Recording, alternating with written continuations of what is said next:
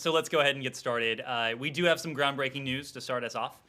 In his very first remarks as Secretary of State, Secretary Blinken laid out his vision for strengthening the State Department, both in the near term and in the years to come. In those remarks, he acknowledged that we cannot do our job of advancing America's interests, values, our commitment to democracy, without a State Department that is truly representative of the American people, linking improved diversity and inclusion to the broader success of U.S. foreign policy. Today, Secretary Blinken announced the creation of a new Chief Diversity and Inclusion Officer position, which will report directly to him.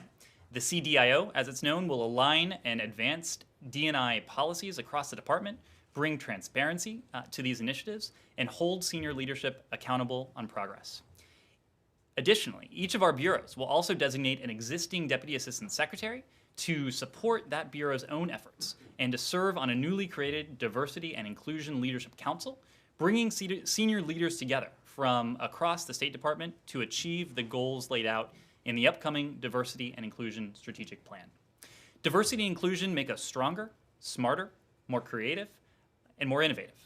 The work of building a State Department that truly represents the American people is just beginning, but today's announcement underscores the Secretary's commitment to seeing it through.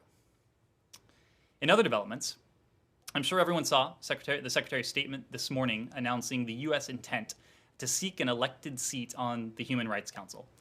In addition to that statement, the Secretary made an address to the Council members today in Geneva to underscore the U.S. determination to reassert its leadership in this body. HRC elections are slated for October of this year, with elected members assuming their seats on January 1st of 2022. As the Secretary made clear today, this decision aligns with President Biden's determination to reinvigorate American diplomacy with a foreign policy centered on democracy, human rights, and equality. So with that, Matt, do you want to start? I do have some questions about the diversity and inclusion thing, but I don't have any significant policy questions that I think should deserve, so I will defer, as long as I can reserve the right to come back.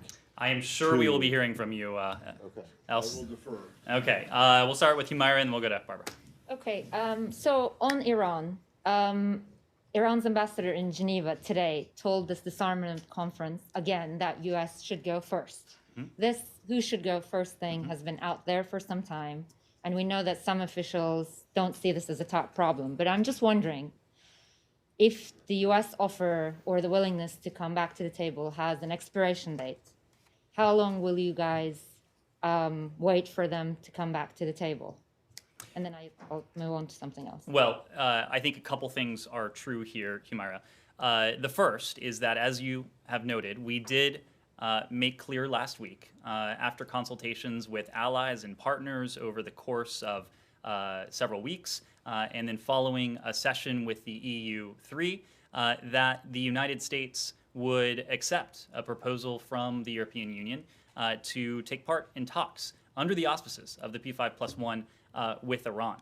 Ever since that offer has been on the table, and it has been on the table for just about a week now, we've made very clear that questions like the one you raised today are best addressed in that setting. It doesn't help us to posture from this podium.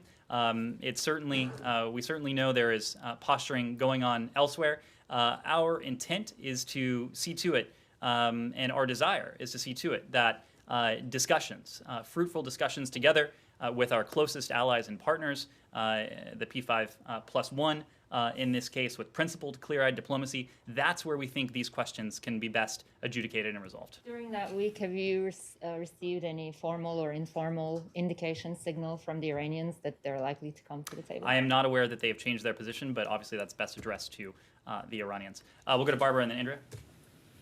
I have a question about Navalny. As you anything else on Iran before we move on? I also have a question on Iran. Why don't we do that and then okay. Yep. So the question on Iran is related to what we were talking about in terms of who should go first and the compliance for compliance. Is there any consideration of lifting the nuclear waivers as part of a way to get back to talks, because they also help Iran meet its nuclear commitments. So is that something that's on the table? I'm happy to do the same windup I did, but I think I will spare everyone the extra time and just say that, again, questions about the specifics of what might be on the table going forward, those are all things that we, together with our partners, would want to discuss in the context of the offer we've put forward. The offer being to take part in discussions with the Iranians in the context of the P5+1, relying on that principled, clear-eyed diplomacy in lockstep with our closest allies. Andrea? This isn't going forward. This is going, to the issue of whether or not you, as an official for the United States, have confidence that the recordings from those cameras that are supposed to be held for 3 months will not be violated, erased, tampered with, otherwise doctored. Well, this goes back to the accommodation that was reached between the IAEA and Iran. As we said for the past couple days here, we fully support IAEA Director General Grassi's efforts to ensure full implementation of IAEA verification in Iran, and we have full faith and confidence in the IAEA. Of course, he gave a press statement, I believe it was on Sunday. So when it comes to the accommodation that he reached with the Iranians, we would want to defer to the Director General, but our general attitude is that we have full faith and confidence in the Director General and in the IAEA. Do you have any independent way of verifying that they're not being, too accommodating, given that Iran maintains access to those cameras for 3 months? Well, I don't want to go too much into it from here, obviously, but of course the IAEA, we have full faith and confidence in its ability, and it goes without saying that Iran's nuclear activity is of great interest to the United States government. I think I'll leave it at that. Can I follow up On sorry? on Humera's question? Sure. You said that questions like that are best addressed in the setting at the table, but I think what she was asking is the U.S. offer to come to that table in the first place, how long does that last? Is there an expiration date at which point? Well, what I would say is that this is an urgent challenge for us. And by challenge, I'm not specifically referring to a potential return to the JCPOA in the sense of compliance for compliance. What I'm referring to is the fact that Iran, over the course of the past couple years, ever since May of 2018 when the United States left the JCPOA, Iran has taken steps away from the nuclear deal that, when it was in effect, was verifiably and permanently blocking Iran's ability to acquire a nuclear weapon. I think I said this yesterday, but that's not my opinion. It is the opinion of our intelligence community, of this building, of international weapons inspectors, the IAEA, our closest allies and partners. Now, with Iran having distanced itself from several of these key constraints, its nuclear program has become more advanced in certain ways. One way we look at that is the so-called breakout time, the time it would take Iran to acquire the nuclear material required to build a nuclear weapon if Iran chose to do so. When the JCPOA was in effect, that was at 12 months. That time was significantly lengthened from the time when the Obama-Biden administration started these negotiations. At one point, it was measured in a small handful of months. We are now, according to some published reports, back in that time frame of a few months. Our goal in all of this is to ensure that we once again have verifiable and permanent constraints on Iran's nuclear program, and to ensure that Iran cannot acquire a nuclear weapon. So, all that to say, our patience is not unlimited, but we do believe, and the president has been clear on this ever since he was running for high office, that the United States and he felt that the most effective way to ensure Iran could never acquire a nuclear weapon was through diplomacy. That is what we are engaged in now. Heretofore, we've been engaged in those consultations with our allies, with our partners, with members of Congress.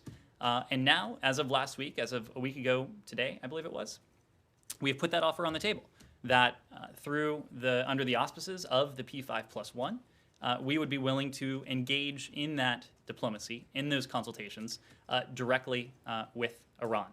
together with our closest allies and partners. Can I just make one point here? You keep saying that Iran was in complete compliance with the agreement before May 2018.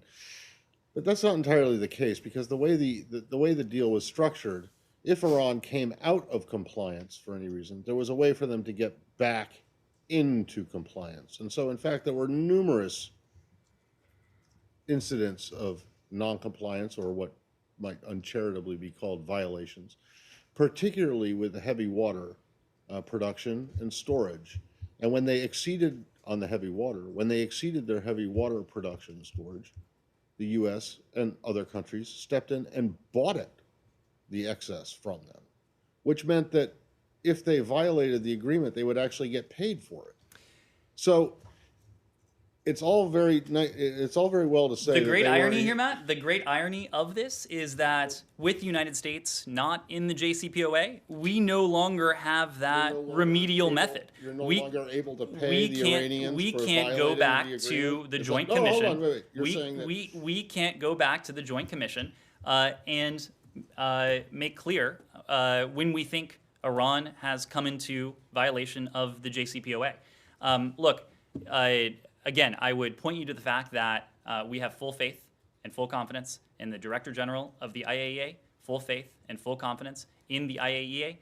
The IAEA, while the Iran deal, while the JCPOA was in full effect, while Iran was abiding by it, they expressed confidence that Iran was living up to its limits. Now, this is not an uncomplicated set of issues, and I know you're referring to some of these technical matters, but the IAEA, and I certainly wouldn't want to speak to them, but I suspect if you go and ask them, they will tell you that they were satisfied by Iran's compliance with the deal. Iran was complying with the deal. More importantly, Iran was permanently and verifiably prevented from obtaining a nuclear weapon. That's what we're going for here.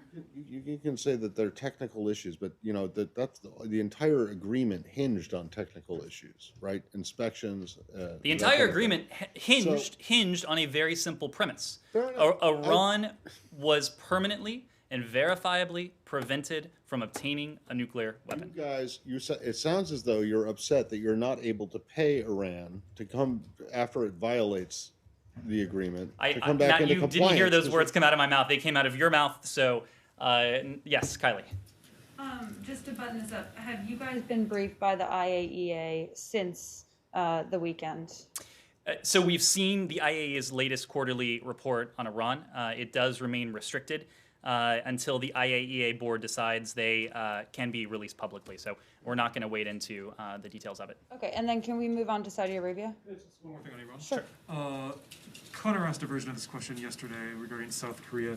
What's the message you're giving to U.S. Allies and to other countries about Iranian assets? Does the United States object to the unfreezing of assets? Is that something that the United States supports?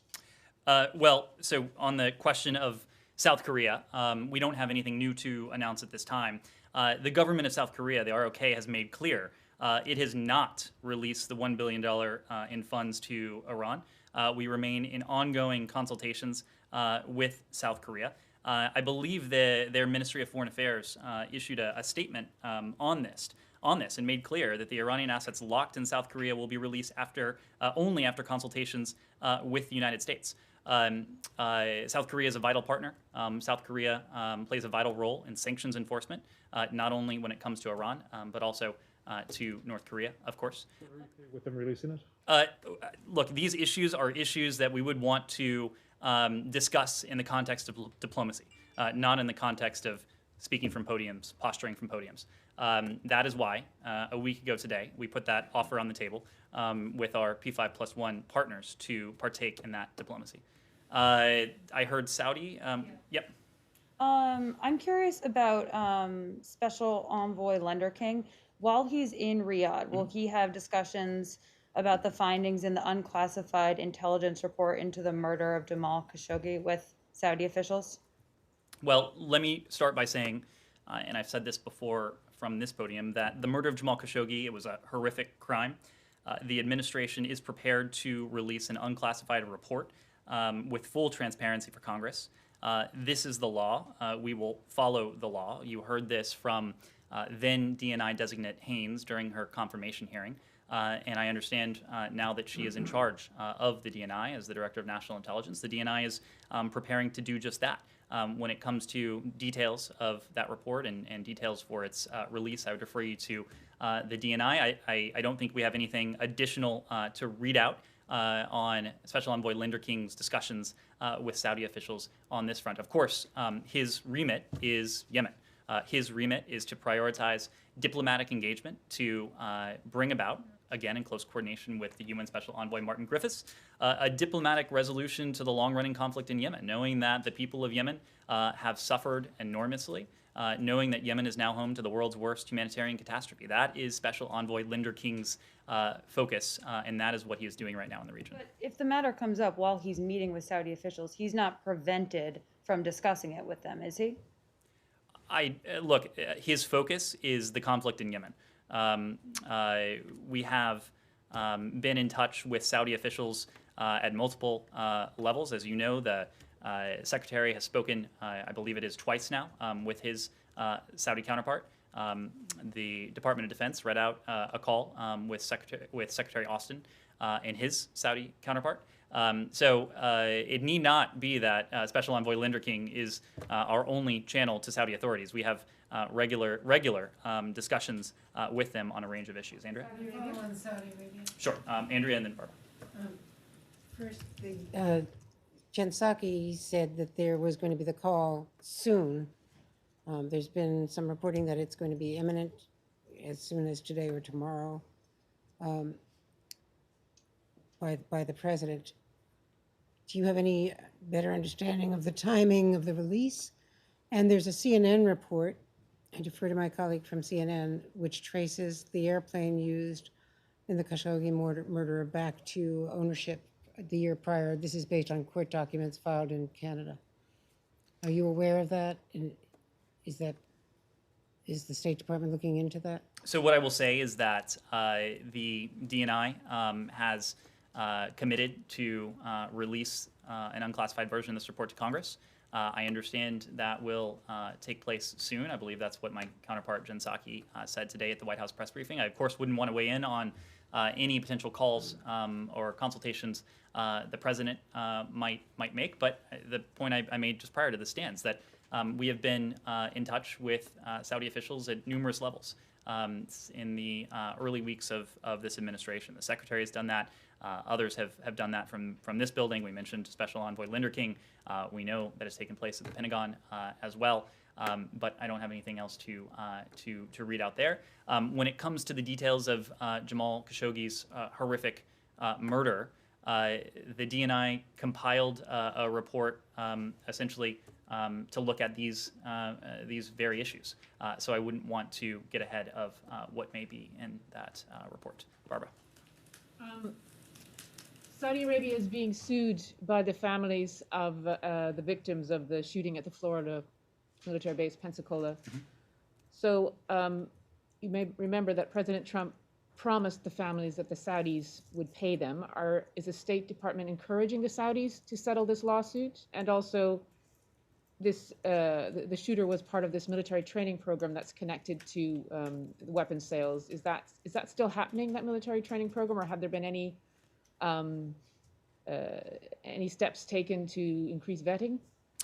Well, as I understand it, the specific training program in question was administered by the Department of Defense, so I would need to refer you there. But what I would say broadly is that, as we have said, Saudi Arabia is a partner across many priorities, including regional security and counterterrorism, and professional military education programs managed by both state and the Department of Defense help build the capacity of partners to provide for their own defense, to improve relations and interoperability between our national forces and those of our partners, and to provide our own forces with exposure to foreign theaters and cultures, just as we advance U.S. values with our allied militaries, such as understanding and respect for human rights and the law of armed conflict. When it comes to the lawsuit you mentioned, obviously you're asking about pending litigation.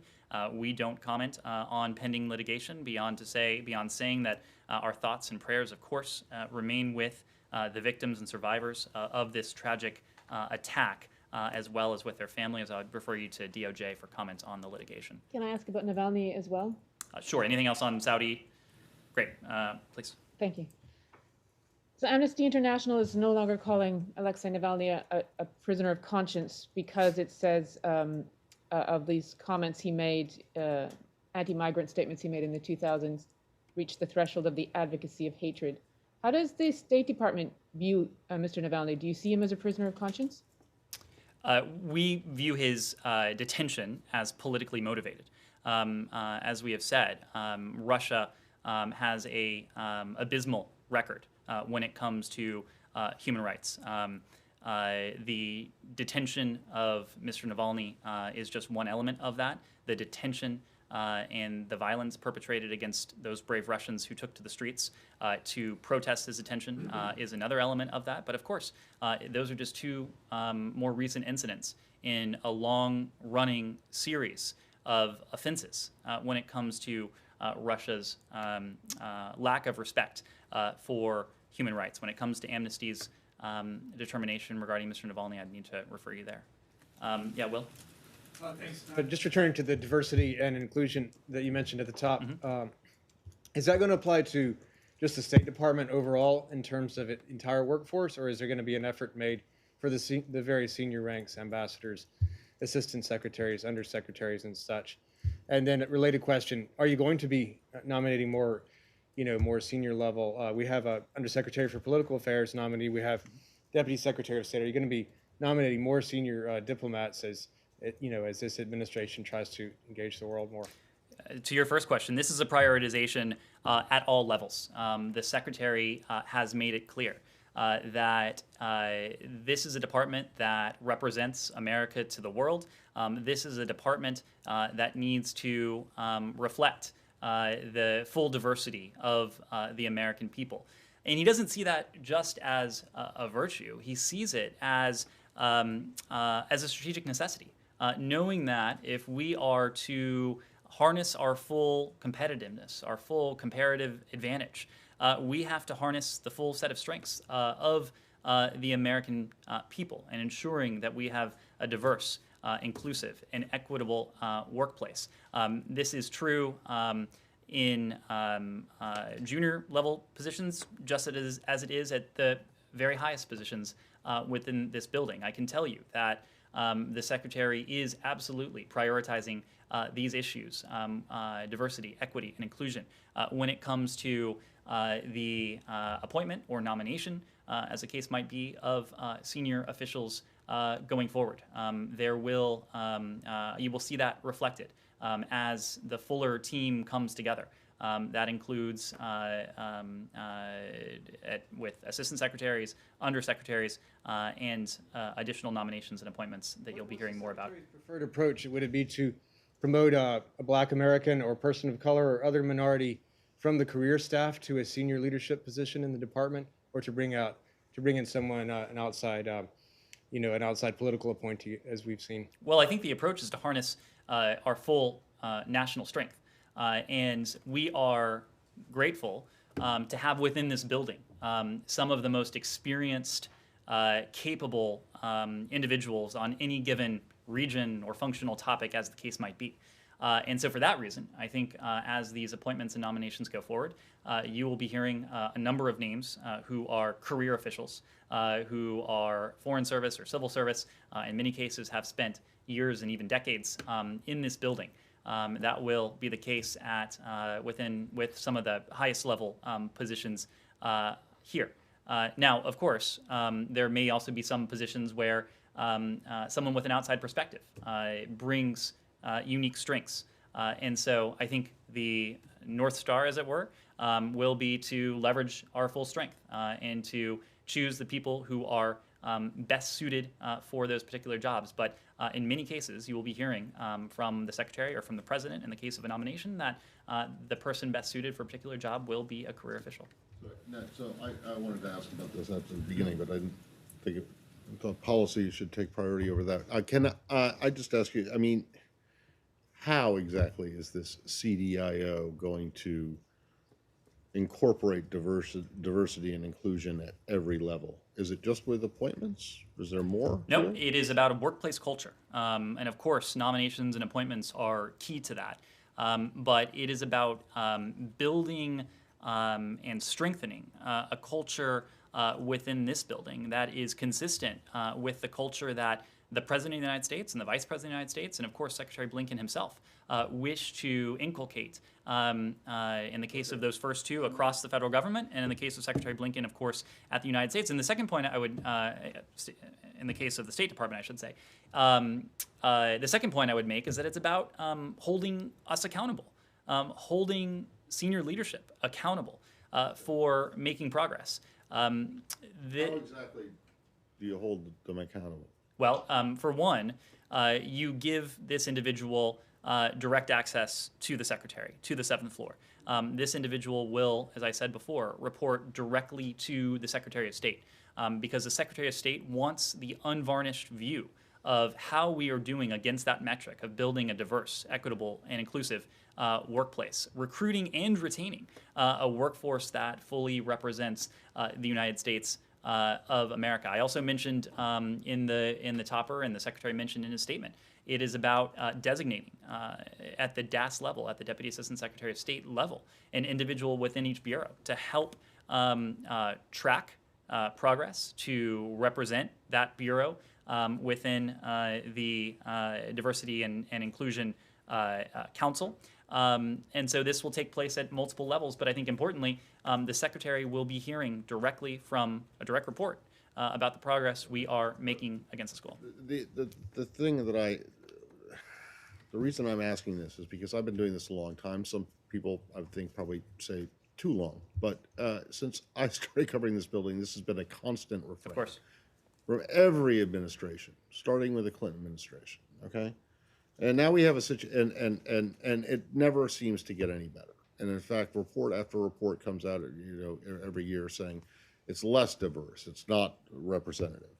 And now we have a situation where the President of the United States actually happened to have been the number 2 of the country, the entire country, for 8 years, and the Secretary of State happened to have been the Deputy Secretary of State for 4 years. Why didn't they do something then about this? Why is it,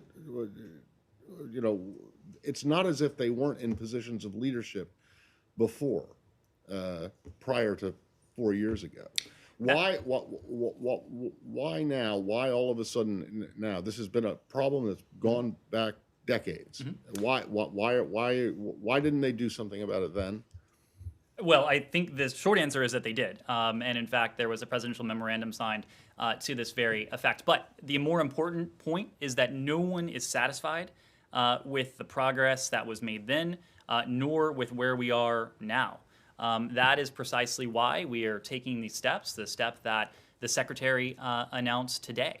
I don't believe, Matt, that this department has ever had before a chief diversity and inclusion office or an officer report directly to the Secretary of State on these issues. I don't believe, Matt, that this department has ever before designated deputy assistant secretaries within each bureau to track this issue. I think when you look at our approach, it will be different from the approach that previous administrations have taken, and I think that it is our hope and it is our expectation that we will make progress where progress before has not been achieved. Okay. Well, I wish them luck, but you've been in government for a while, and so you know that adding a layer of bureaucracy or a one position isn't always it's not always a panacea for it. Can I ask one more question about, it's unrelated to this, but I'll let someone go, but it's about the Human Rights Council. Okay.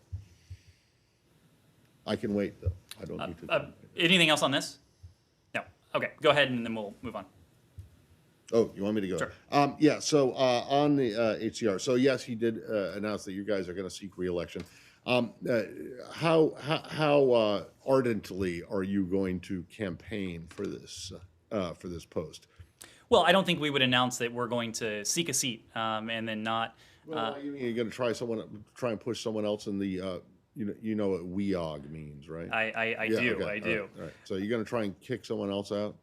Look, we are. I'm not going to discuss private diplomatic conversations. I think the fact is that we are privileged to be a part of a regional group where all those that have announced their candidacies have a shared, determined commitment to advance and protect human rights. I think we are running for a seat, or we will be running for a seat for a very simple reason. And I think when you hear the secretary, he often puts it this way.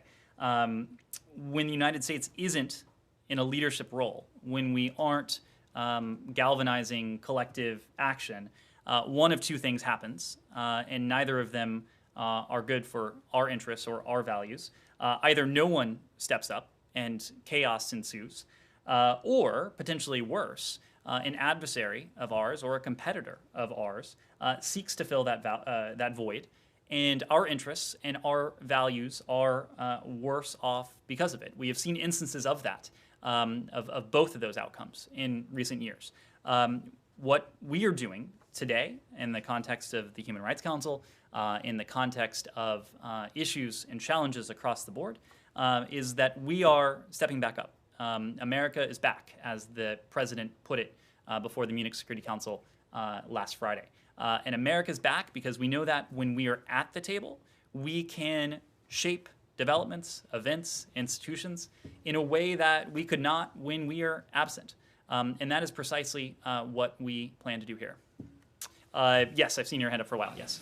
Thank you. I'm Christiane Jakob from the German press agency, DPA.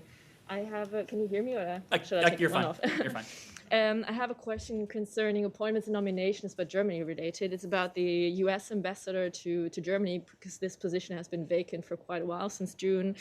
I know it's not a top priority, obviously, but could you still give a rough timeline for when a nomination could be expected there, given this long vacancy, given the declared wish to revive partnerships with European allies, and also before Richard Grenell took office in 2018, I think there was a vacancy for about 16 months. So is that something, a timeline that Germany has to brace for, or is it going to be a little quicker? Well, let me start by saying when it comes to our relationship, our bilateral relationship with Germany, that Germany is an important U.S. ally, of course, an economic partner as well. Rebuilding and strengthening the U.S.-Germany relationship, it's a priority for this president. It's a priority for this Secretary of State. Our relationship with Germany is built on shared values of freedom, of democracy, human rights, the rule of law. And that is why, of course, the role of our ambassador to Germany will be so important. I discussed this yesterday in a separate context, another important diplomatic post, but the same is true. Ambassadorial nominations are nominations of the President of the United States. And so that process is administered by the White House, of course, in consultation with the Secretary of State and the Department of State. I think it is absolutely true, and you can expect that when we do have an announcement of a nominee for Ambassador to Germany, that person will have the trust not only of the Secretary of State, but also of the President himself, given how important this diplomatic post is for us. Michelle. Yeah, thank you. Do you have any readout for the Secretary's call with Omani Foreign Minister, and are you planning to use Oman as a venue to talk to the Iranians again? So I don't have anything to read out just yet. If we do have something later today, we will let you know. When it comes to timing, when it comes to venues for potential discussions with Iran in the context of the P5+1, all of that is still to be worked out. So I don't have any more for you there. Obviously, Oman has played an important role in the past. We're grateful for that, but I don't have any update there. Yes. Can I just bounce off on Yeah. Iran quickly? Okay. Sorry. But there's just a report out saying that the U.S. and Israel are going to reconvene a strategic working group on Iran to discuss intelligence, and that the first meeting could take place in the next few days. Do you have any comment on that? I don't have a comment specifically on that. I would note more broadly that this administration and the President Biden's commitment to Israel's security is ironclad. You, of course, know that from his time as vice president, when now President Biden played an important role negotiating the 2016 Memorandum of Understanding on security assistance, which at the time and still today was the largest commitment to security assistance in U.S. history. Under the terms of the $38 billion MOU signed by the United States and Israel in 2016, we set funding for Israel at levels of $3.3 billion in FMF and foreign military financing, and $500 million for cooperative programs for missile defense per year over a period of 10 years, which is how you get to that $38 billion figure. The Biden-Harris administration will uphold the commitment in the 2016 MOU without reservation, and we will also take action when it comes to our shared challenges in coordination with our allies and partners to deter and to counter Iran's destabilizing activities, its malign influence in the region. There should be no doubt that Israel can count on the United States, and we do remain committed to the idea of Israel's qualitative military edge consistent with U.S. law. So, of course, there will be that close coordination going forward. Follow up on that? So Mr. Blinken talked about consulting with the Saudis and the Israelis on Iran policy. So how important would this close type of consultation as would happen in this strategic working group, which existed before, of course, how important is that kind of close consultation to your strategy for Iran? Well, consulting with our partners and allies, it's critical to our strategy to Iran. But especially for Israel, because the Israelis have a, what do you say here, a dog in the fight, or whatever? Of course. That's probably wrong. We have. You say hunt, not Right. don't Anyway, say fight. especially since the Israelis have been talking about how to not follow your strategy. Actually, they've been talking about the dangers of going back to the JCPOA. So what is this in particular important for how your strategy evolves? Well, we have committed to consult closely with our partners and allies, including those in the region. Of course, the P5+1 was the body that ultimately culminated, or consummated, I should say, the JCPOA, the JPOA in 2014, the JCPOA in 2015. But of course, as you mentioned, there are countries in the region, close U.S. Allies and partners, that do have a profound stake in this, with Israel being one of them. And so that is why we have committed to undertaking those consultations and consulting closely with our Israeli partners going forward. You've seen that now in a couple calls between Secretary Blinken and Foreign Minister Ashkenazi. You, of course, saw that the president himself spoke to Prime Minister Netanyahu. That close coordination and consultation is taking place at multiple levels. Yes, please. So I have one question on Iran and one on Europe. On Iran, I wanted to know if we could get any updates on the negotiation going on for the U.S. citizens who are staged in Iran, and are you going to make the release key of your Iran policy? Are we going to? I'm sorry. To make the release key of a key part of your I see. So on the U.S. citizens who are unjustly detained in Iran, we have no higher priority than their safe and expeditious return. Our strong message, as I believe we said to the Iranians, is that we won't accept their continued detention in an unjust and a wrongful manner. It's a significant priority for this administration to get them home safely. You heard from National Security Advisor Sullivan over the weekend on Sunday that the United States has conveyed this message to the Iranians.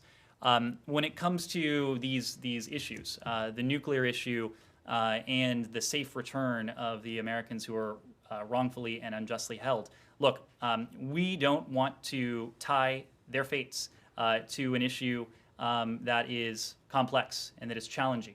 And that maybe a longer-term proposition. We want to make clear that their safe return home is an urgent priority for us, and it is something that, as the National Security Advisor said, we have made very clear to the Iranians themselves. Okay. Sorry, just on Europe, when President Biden starts traveling again, do we know which country in Europe he will go first? Could it be France, for instance? It's the million euro question, I suppose. No, look, we don't have any updates on travel. What we have said is that the Secretary will start traveling when it is safe to do so, when it is safe for those who would be accompanying him, when it is safe for those who would be meeting him on the other side. And so as soon as we have an update there, we'll let you know when it comes to timing, and also, of course, when it comes to location. Final question, Sean? Sure. Could I just ask two things about Burma/Myanmar? Malaysia has deported over 1,000 Myanmar citizens back. Rights groups have been criticizing it. Does the United States have any comments or concern about this? We do, and we are concerned by the reported deportation of nearly 1,100 Burmese nationals from Malaysia. This in spite of a Malaysian court order barring their deportation. And in light of ongoing unrest in Burma, that of course has been taking place since the coup of February 1st. We continue to urge all countries in the region contemplating returning Burmese migrants back to Burma to halt those repatriations until the UNHCR can assess whether these migrants have any protection concerns before being sent back to Burma. Noting that the Burmese military has a long documented history of human rights abuses against members of religious and ethnic minority groups. As for the United States, we will continue life-saving humanitarian assistance to vulnerable populations in need, including those in the region. You had a second question? Or? Okay. We'll take Go ahead. I don't want to take it. Well, there's just one other thing on Myanmar. A group of NGOs has been calling for an arms embargo at the UN level on Myanmar.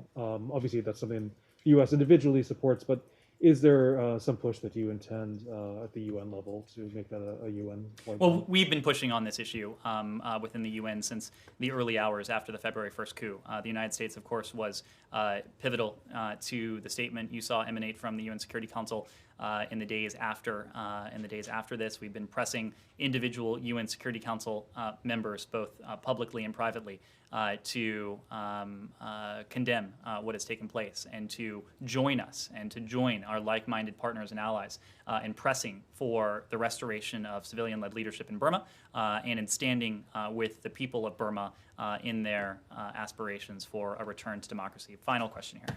Yesterday, my VOA colleague asked you about this, whether the United States received a formal request from the Burmese diplomats in the U.S. who are asking for asylum. You said you were going to go back to her. Do you guys have an update? So that is an issue that I would need to refer you to DHS. They, of course, handle asylum claims. Does that mean they have made an asylum claim? It means I would need to refer you to the Department of Homeland Security. The Department of Homeland Security is looking into it? The Department of Homeland Security is the department that adjudicates such claims. Well, when they're made inside the United States. Correct. If they are made outside the United States. But the question was... So, all right, well, then let me ask this. Have any Burmese diplomats come to U.S. missions overseas seeking asylum? The question... Don't refer me to DHS because it's not No, their I thing. would not in that context. The question yesterday was, have Burmese diplomats in the United States requested asylum? I'd refer you to DHS. If there's anything more we can share on Burmese diplomats who have requested asylum around the world, we will let you know. Thank you very much. See you all tomorrow. Thank you.